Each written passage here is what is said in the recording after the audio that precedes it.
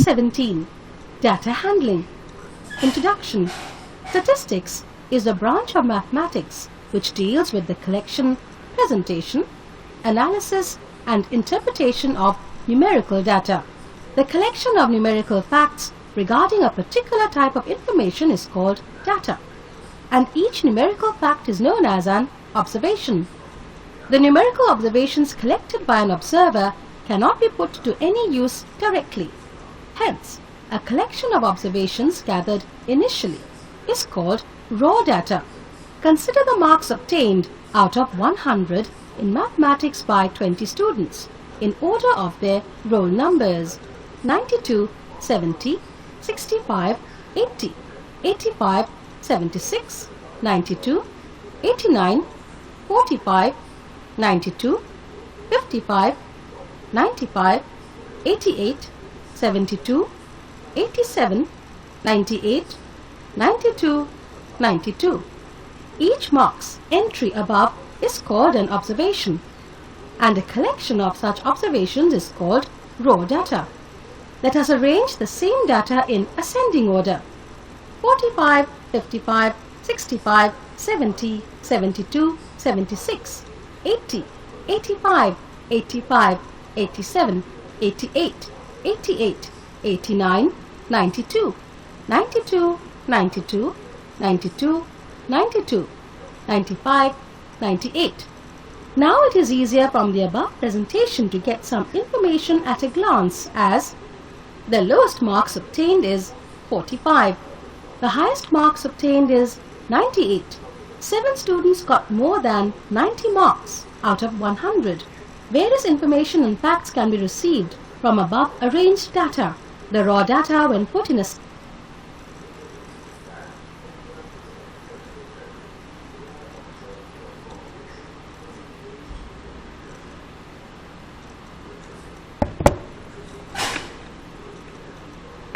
ascending or descending order of magnitude is known as an array or arrayed data. Presentation of data. If the number of observations is very large, then arranging them in ascending or descending order becomes a tedious job. Let us arrange the same data in tabular form. For each observation, we mark a vertical line. If an observation is repeated twice, we mark 2 vertical lines. If an observation is repeated 3 times, we mark 3 vertical lines. And if repeated 4 times, we mark 4 vertical lines. But if an observation is repeated 5 times, we mark 4 vertical lines, and the 5th one is marked diagonally across the first 4.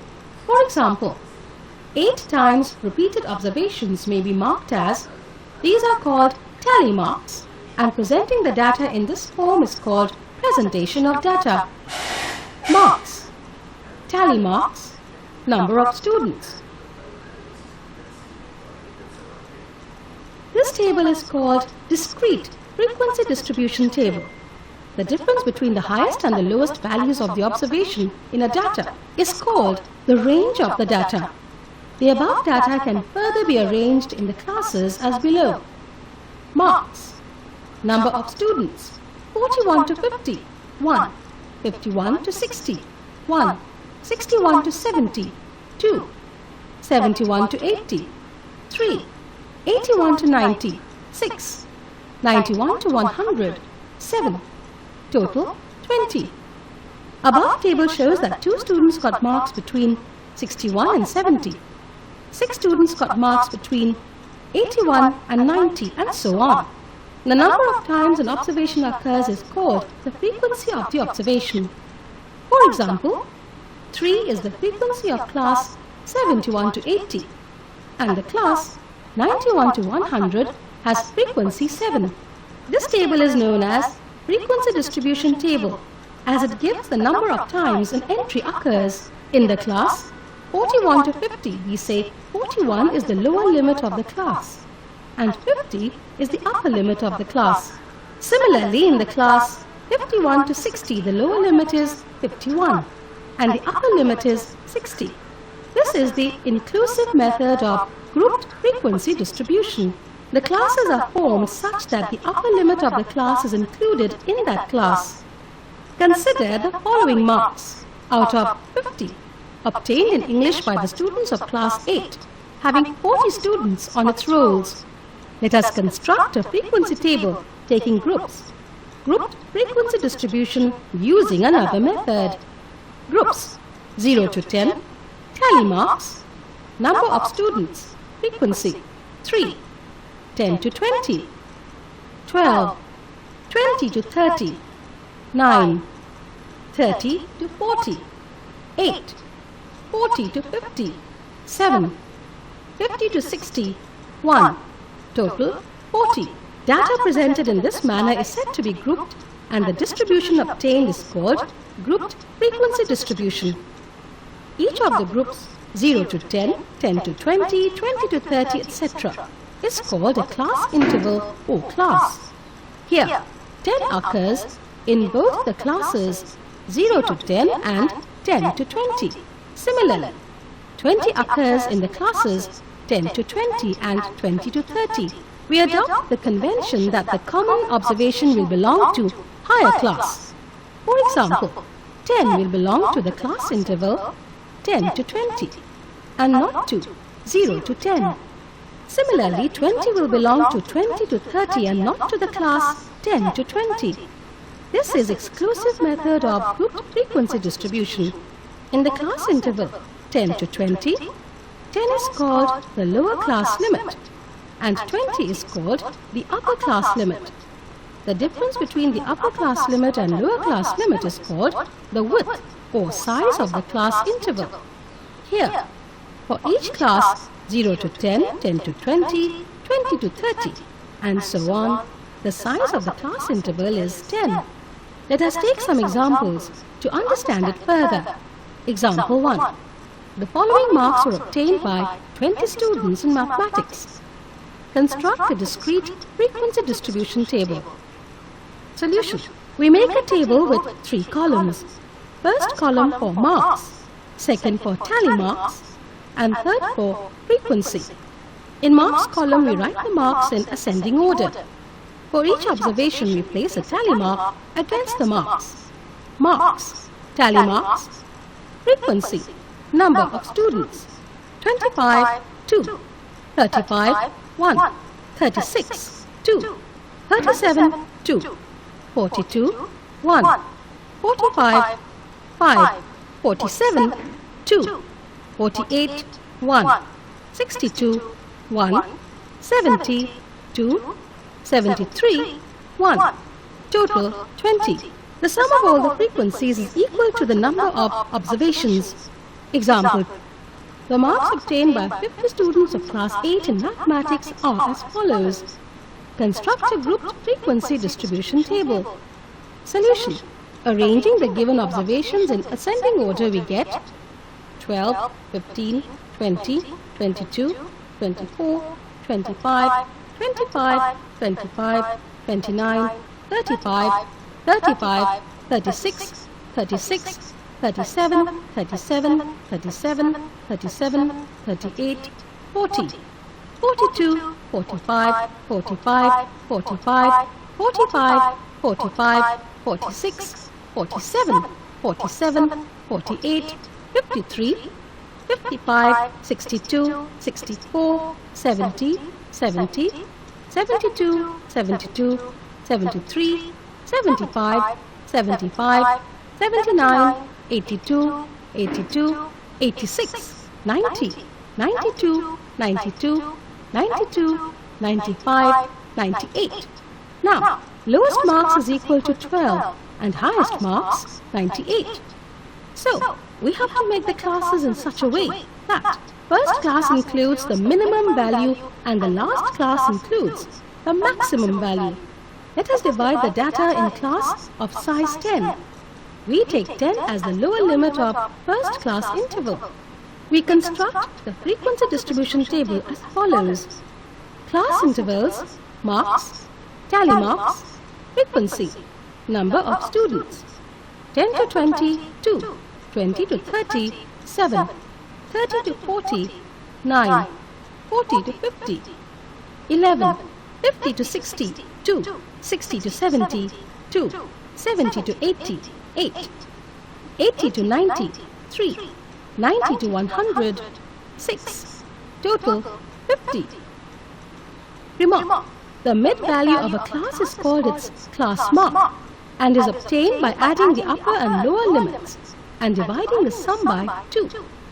Class mark of a class is equal to upper class limit plus lower class limit upon 2. Bar graph. A bar graph is a pictorial representation of numerical data in the form of rectangles or bars of equal width and varying heights. These rectangles are drawn keeping equal space between them and are erected with the heights proportional to the numerical values. Reading of bar graphs. Example 1. Read the bar graph given below and answer the questions that follow. In which subject has the students secured minimum marks? In which subject has the student secured maximum marks? How many marks has the student secured in social science? In which two subjects has the student secured same marks? Solution. The bar graph depicts the marks obtained by a student in 6 subjects. The student has secured minimum marks in Hindi and computer science. The student has secured maximum marks in general science. The student has secured 60 marks in social science. The student has secured same marks in Hindi and computer science. To draw the bar graphs. Example: the marks obtained by a student in different subjects are given below. Subject: marks. English, Hindi, Maths, General Science, Social Science. Marks: 60, 45, 70, 80, 56. Draw a bar graph to represent the above data. Solution: the following steps are involved in drawing the graph. Step 1. On a graph paper, a horizontal line OX and a vertical line OY is drawn, representing the x-axis and y-axis respectively. Step 2. Along OX, the names of the subjects are written leaving equal gaps. Step 3. Choose the scale along y-axis. 1 centimeter is equal to 10 marks. That is, 1 small division is equal to 1 mark. Step 4.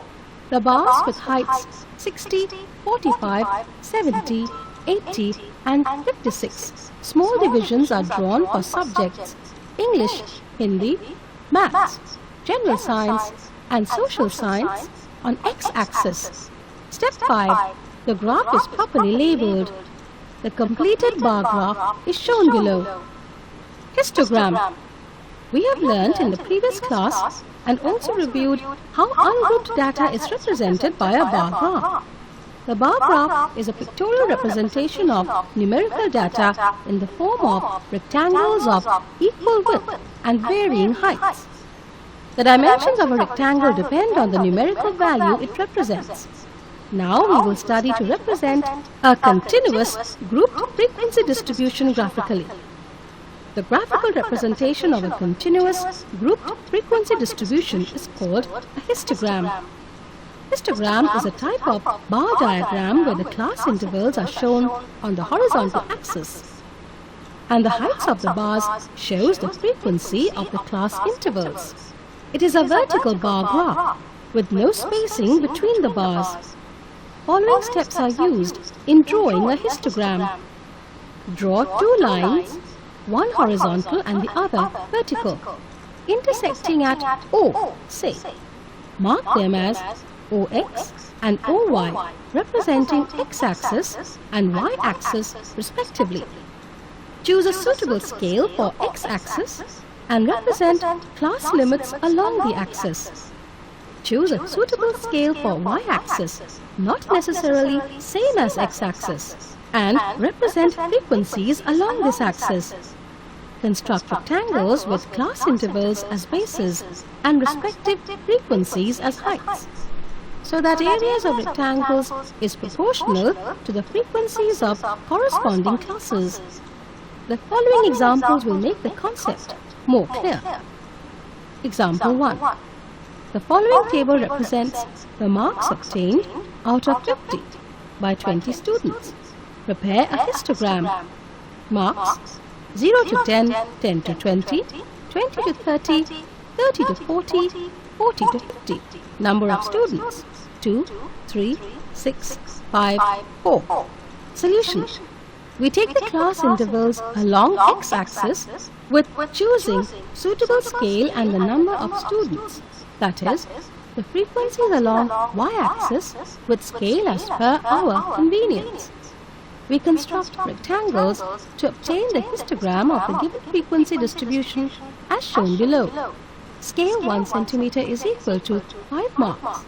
X-axis 1 cm is equal to 1 student. Y-axis pie chart or circle graph. We have learnt about classification and presentation of data, and also its pictorial representation bar graph and its graphical representation histogram.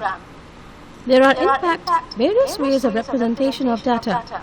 We will now study pie chart or pie diagram, which is also a way to represent numerical data. The figure below shows a pie chart representation of marks obtained by a student. In the figure, as there are 5 subjects, circle is divided into 5 sectors such that size of each sector is proportional to the marks obtained in the subject. The figure is called pie chart, in which various observations or components are represented by the sectors of a circle, and the entire circle represents the sum of the values of all components or observations. The central angle of a component is given by central angle of a component is equal to value of the component upon sum of the values of all components into 360 degree. Steps involved in the construction of a pie chart. Find the sum of the values of various components. Find the central angle of each component using formula. Central angle of a component is equal to value of the component upon sum of the values of all components into 360 degree. Draw a circle of any convenient radius. Draw a horizontal line as radius. Starting with the horizontal radius. Step 4. Draw radii making central angles for each component calculated as in step 2. These radii divide the whole circle into various sectors. Label each sector for identification. Each sector may be shaded differently. Example 1. The area cultivated under different crops in a village in the year 2010 was as follows. Crops: rice, wheat, oilseeds, cotton, sugarcane. Area in acres: 36, 24, 28, 40, 32. Represent the data in pie chart. Crops: rice, wheat, oilseeds, cotton, sugarcane. Area in acres: 36, 24, 28, 40, 32. 160. Total 160. Central angle of component. 36 upon 160 into 360 degree is equal to 81 degree. 24 upon 160 into 360 degree is equal to 54 degree. 28 upon 160 into 360 degree is equal to 63 degree. 40 upon 160 into 360 degree is equal to 90 degree. 32 upon 160 into 360 degree is equal to 72 degree. 360 degree. Steps of construction. Draw a circle of any convenient radius. Draw a horizontal line as radius.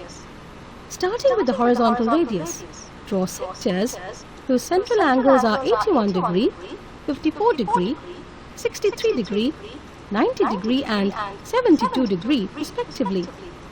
Shade the sectors so obtained differently and label each one of them. Thus we obtain the required pie chart as shown in the figure. Probability. Many times you come across or make a statement like, probably it may rain today. Chances of his coming to school are very few. It is possible he may get distinction in the examination. The words chances, possible, probable, etc. convey the sense of uncertainty about the happening of the event. Let us toss a coin. We may get head, H, or tail, T. If we throw a dice, any of the 6 faces will come up bearing the numbers 1 or 2 or 3 or 4 or 5 or 6. These are called random experiment. The act of tossing a coin or throwing a dice is called an experiment, and whatever comes up is called an outcome. Each outcome of an experiment or collection of outcomes is called an event. Now, we can define random experiment as an experiment in which all possible outcomes are known, and the exact or the final outcomes cannot be predicted in advance. Sample space. The sample space of a random experiment is defined as the set of all possible outcomes of the experiment. The possible outcomes are called sample points. For example, in a random experiment of throwing a dice, the possibilities or possible outcomes are 1 or 2 or 3 or 4 or 5 or 6. Therefore, sample space S is equal to 1, 2, 3, 4, 5, 6. In a random experiment of tossing a coin, the possible outcomes are head or tail. Then, sample space S is equal to H, T. In a random experiment of tossing 2 coins, then the sample space S is equal to HH, HT, TH, TT. Equally likely outcomes. The outcomes of a sample space are called equally likely if all of them have the same chances of occurrence. When a coin is tossed, it has 2 possible outcomes called head and tail, and both have the same chances of occurrence. Throw of a dice has 6 possible outcomes, and all have same chances of occurrence. Probability of occurrence of an event is the ratio of number of trials in which event occurs to the total number of trials. Or, probability of success is equal to number of successes upon total number of outcomes. If the probability of success of an event is P, then probability of failure Q is equal to 1 minus P. Note, HH means head on first coin and head on second coin. HT means head on first coin and tail on second coin. TH means tail on first coin and head on second coin. TT means tail on first coin and tail on second coin. Example, a dice is thrown. Find the outcome of an event of getting a prime number, not a prime number, a number greater than 4, a number not greater than or equal to 5. Solution. If a dice is thrown, the sample space will be S is equal to 1, 2, 3, 4, 5, 6. Event of getting a prime number 2, 3, 5. Event of not getting prime number 1, 4, 6. Event of getting a number greater than 4, 5, 6. Event of getting a number not greater than or equal to 5 is equal to 1, 2, 3, 4. Example. 3 coins are tossed together. What are the outcomes? Solution. If we toss a coin, the possible outcomes are head, H, or tail, T. In tossing of 3 coins, the outcomes are HHH, HHT, HTH, TTH, HTT, THT, THH, TTT. Examples. 2 coins are tossed simultaneously. Find the probability of getting 1 head, 2 heads, 1 tail, at least 1 head, at the most 1 head, no head. Solution.